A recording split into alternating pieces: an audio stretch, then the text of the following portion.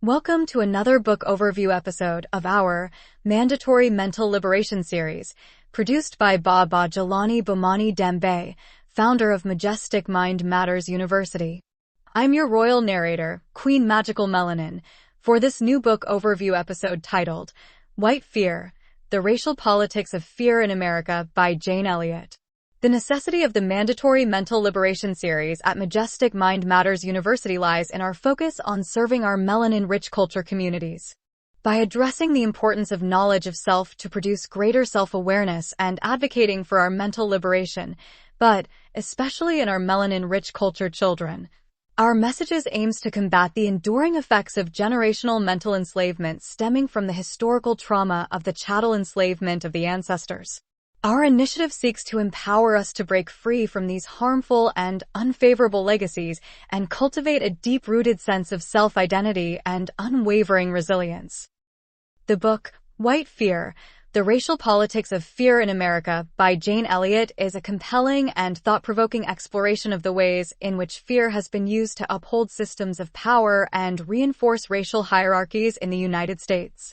Through a combination of historical analysis, sociological research, and personal anecdotes, Elliott delves into the deep-rooted fears that have shaped American society and perpetuated racial disparities.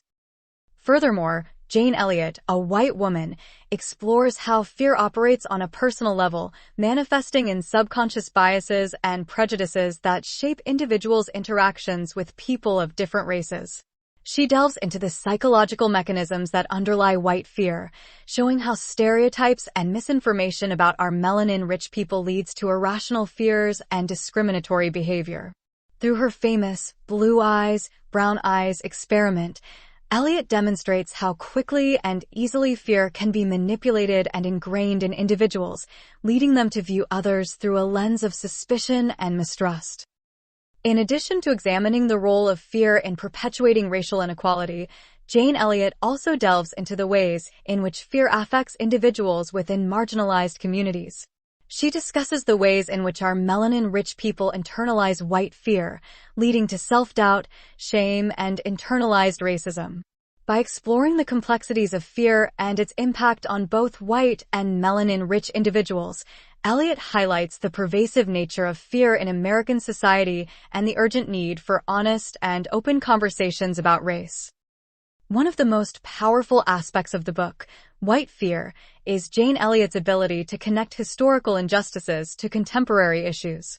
She traces the roots of white fear back to the founding of the United States, highlighting how fear has been used to justify colonization, slavery, and genocide.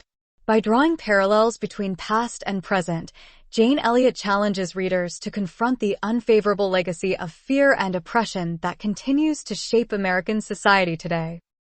Jane Elliott also highlights the ways in which fear can be overcome and dismantled. She emphasizes the importance of education, empathy, and solidarity in combating fear and building a more equitable society. Through her work as a diversity trainer and activist, Elliott has empowered countless individuals to confront their own fears and biases, leading to greater understanding and compassion across racial lines. Ultimately, in the book, White Fear, a call to action for white Americans to confront the role of fear in perpetuating racial inequality and to work towards a more just and inclusive society. By shining a light on the ways in which fear has been weaponized to uphold systems of power, Jane Elliott challenges readers to question their own assumptions and prejudices, and to actively work towards dismantling the structures of fear and oppression that have long plagued American society. In the book, White Fear, The Racial Politics of Fear in America by Jane Elliott is a powerful and compelling exploration of the ways in which fear has been used to uphold systems of power and reinforce racial hierarchies in the United States. Through historical analysis, sociological research, and personal anecdotes, Elliott unpacks the deep-rooted fears that have shaped American society and perpetuated racial disparities. By challenging readers to confront their own fears and biases, Elliott offers a path towards greater understanding, empathy, and solidarity across racial lines. This book is essential reading for anyone seeking to understand the complexities of race and racism in America and to work towards a more just and equitable society for melanin-rich people as well. Jane Elliott demonstrates the ways in which fear has been utilized by white Americans to perpetuate racial hierarchies through her famous blue eyes/brown eyes exercise. In this exercise, Jane Elliott divides her classroom into two groups based on eye color. Blue-eyed students are treated as superior and brown-eyed students as inferior. She then creates a hostile environment where the brown-eyed students experience discrimination, ridicule, and unequal treatment. By creating fear and instilling a sense of inferiority in the brown-eyed students, Elliott shows how fear can be used as a tool to maintain racial hierarchies.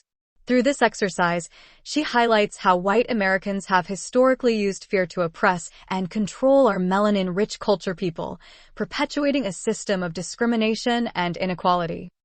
Jane Elliott's exercise forces participants to confront their own biases and prejudices and demonstrates the destructive power of fear in perpetuating racial hierarchies. Through her work, she sheds light on the ways in which fear has been used as a weapon to uphold systems of oppression and discrimination, challenging individuals to recognize and dismantle these harmful structures. Here are just 5 ways white Americans use fear to control and oppress our marginalized melanin-rich culture communities. 1. Police brutality. White Americans use fear of police violence and control to suppress marginalized communities, our melanin-rich people especially. They automatically know through their extensive training that fear can lead to heightened levels of anxiety, stress, and trauma for members of our melanin-rich culture communities. 2. Racial profiling. White Americans often stereotype and racially profile individuals from marginalized communities, using fear as a tactic to control their behavior and actions. This can lead to discrimination in employment, housing, education, and other areas of life. 3. Mass incarceration. White Americans have historically used fear of crime and violence to justify mass incarceration policies that disproportionately target marginalized communities, particularly melanin-rich culture individuals. Their system of mass incarceration serves to further oppress and control our melanin-rich culture communities. 4. Immigration policies. White Americans often use fear of immigrants and refugees to control and oppress marginalized communities, particularly those from Latina, Middle Eastern, and Asian backgrounds. This fear-mongering can lead to policies that restrict immigration, detain individuals at the border, and separate families. 5. Voter suppression. White Americans use fear of marginalized communities gaining political power to enact voter suppression tactics, such as strict voter ID laws, gerrymandering, and purging voter rolls. This suppression of voting rights serves to maintain the status quo of white supremacy and control over marginalized communities. Overall, white Americans use fear as a tool of control and oppression to maintain power and privilege over marginalized communities.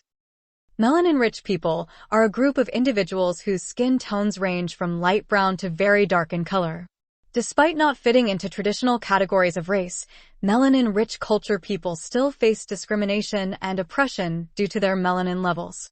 In her renowned work, Jane Elliott delves into the concept of stereotypes and media portrayal playing a significant role in fostering fear and oppression within melanin-rich communities.